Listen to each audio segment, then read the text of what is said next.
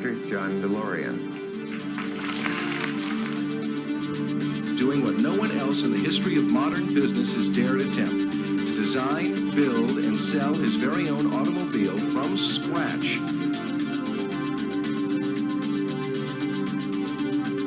It's unique. Doesn't remind me of anything that's ever been done before. Corvette or Porsche? No, doesn't look like any of them. Stainless steel panels, gull-wing doors and cutting-edge safety features like airbags and a crash-resistant plastic understructure. John DeLorean was going to take the US auto industry and turn it upside down. So I'm at the Whitechapel Memorial Park Cemetery, just stopping by real quick. I'm in the Detroit area. I said, what the heck, I gotta go and see DeLorean's grave. Got my shirt on. Even without the movie though, I always loved the DeLorean, the DMC-12. DeLorean was an American engineer. He worked for General Motors.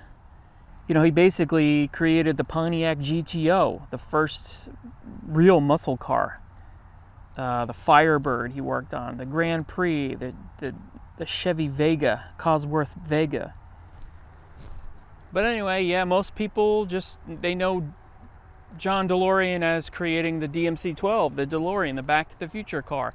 There's some really interesting documentaries. If you haven't watched much about DeLorean, or if you've only heard that he was, you know, a coke smuggler or whatever, you should watch the documentaries. I think there's one on Netflix. There's at least one on YouTube.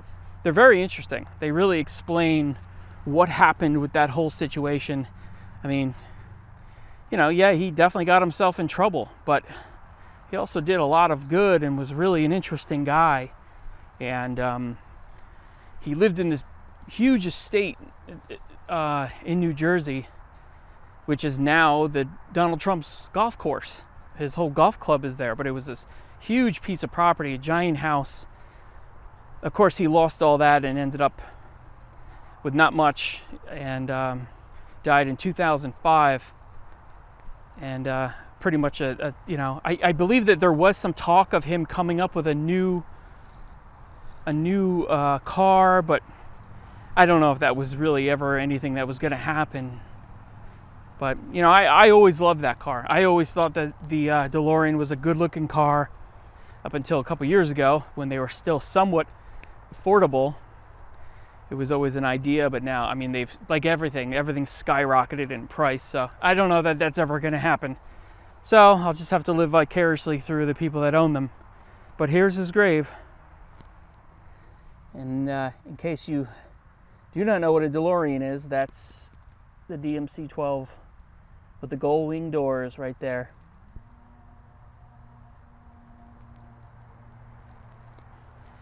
And some insight into what happened. You know, he was desperate. He had gone over to Ireland, got all kinds of money to start that factory, start the business, and got a lot of people up and running with jobs and things like that. And it really the future looked bright for that part of Ireland, for Northern Ireland. And unfortunately, I think there was some corruption going on. I think there was some issues with that. Like I said, it's really interesting to see it, to see the documentary about it. And he was approached by what turned out to be undercover agents, wanting him to do some coke deals or something. And if you're a car person at all, you've probably seen that infamous footage of him getting busted in the hotel room. Nothing really ever came of it, but you know, his reputation was tarnished forever. And he really lived a very quiet life after that. You know, throughout the 90s and even into the early 2000s, he was really not on the map anymore. But for those that loved that car and loved what he did for the car world, he's always going to be greatly admired. So I just wanted to show you the grave real quick. Wanted to come and pay my respects and then get back on the road. So just a short video. Hope you liked it. See you in the next one.